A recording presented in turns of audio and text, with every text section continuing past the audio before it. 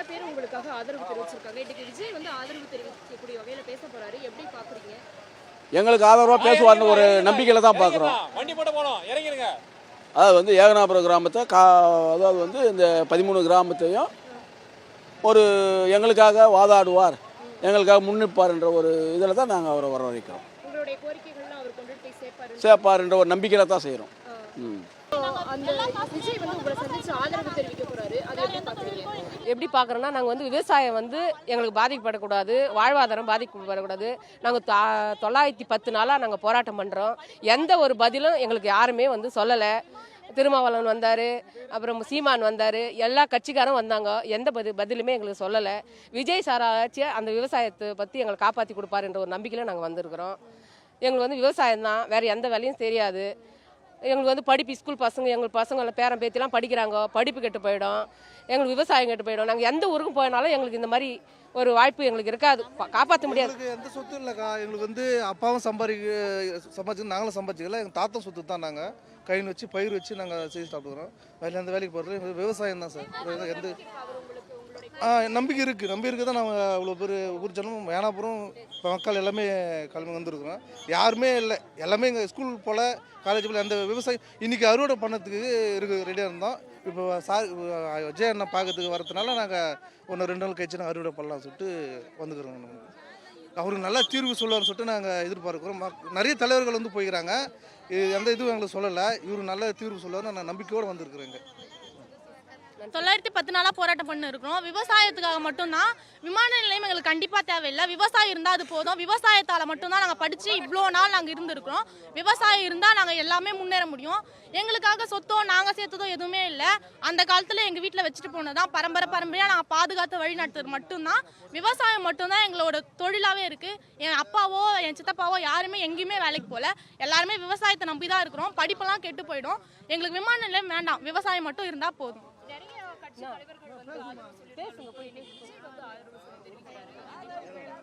நிறைய பேர் வந்தாங்க. ஆனா அது வந்து உலகம் ஃபுல்லா ரீச் ஆயிருக்குமா அப்படின்றது எங்களுக்கு டவுட்டா இருக்கு.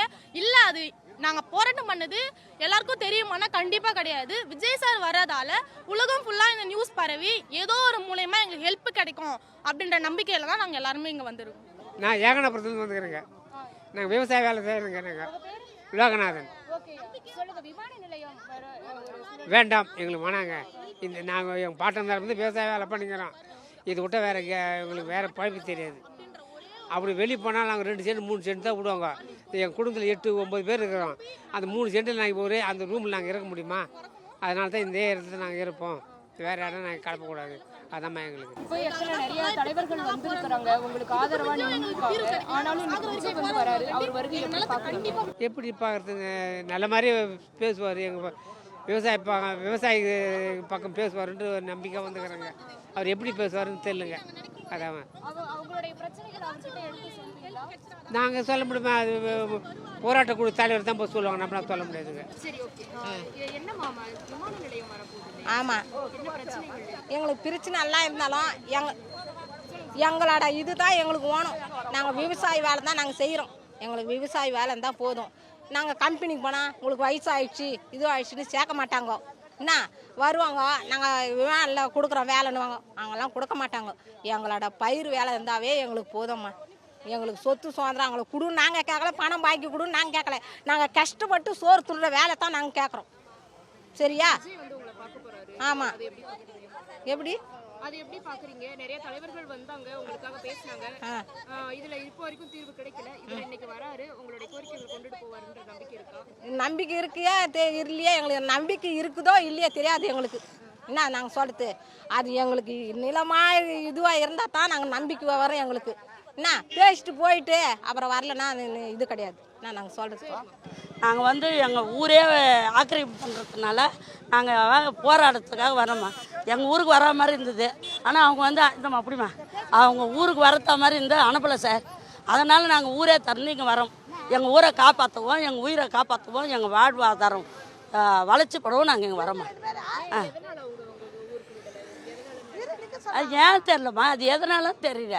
என்ன நாங்கள் ஏதாவது வேறு தொழில் செய்கிறோமா என்ன தெரியல. நாங்கள் வந்து விவசாயிங்களை பார்க்க ஒரு தளபதி அனுப்பலைன்னா வேறு யாரையும் அனுப்ப மாட்டேன்னா எதுக்காக? எங்கள் குறை தீர்க்கறதுக்கு தானே வராங்க. நாங்கள் அவங்க எங்கள் வீட்டுக்கு விருந்தாலே வரல, எங்கள் குறைய தீர்க்கறதுக்காக வராங்க. அப்படி இருக்கிறப்ப ஏன் அனுமதி இல்லைன்னு தெரியல. உள்ளே போனால் மீதி தெரியும். நாங்கள் வந்து 60 வயசு 70 வயசு நாங்கள் வந்து ஒரு மண்ணாக இருந்தது நீங்கள் பொன்வளையம் பூமியாக மாற்றி வச்சுருக்கோம். விவசாயம் நாங்கள் அறுத்து 20 மூட்டை குத்தி நாங்கள் குழந்தை குட்டிலாம் சாப்பிட்டுன்னு இருக்கோம். இந்த வயசில் நாங்கள் எங்கேயாவது போயிடுமா? எங்களுக்கு வேலை கிடைக்காது, நாங்கள் வாழவும் முடியாது. இருக்கிற வீட்டை விட்டுட்டு நாங்கள் வாழவும் விருப்பம் இல்லைம்மா. ஆனால் இங்கே தான் வாழணும்னு எங்களுக்கு எண்ணம். அதனால் நாங்கள் போராடுறோம். எங்களை கேட்க வரவங்களும் எங்களுக்கு ஊரில் அனுமதிக்கலை. அதனால் நாங்கள் இங்கே வரோம். செய்திகளை உடனுக்குடனும் துல்லியமாகவும் தெரிந்து கொள்ள சப்ஸ்கிரைப் பண்ணுங்க.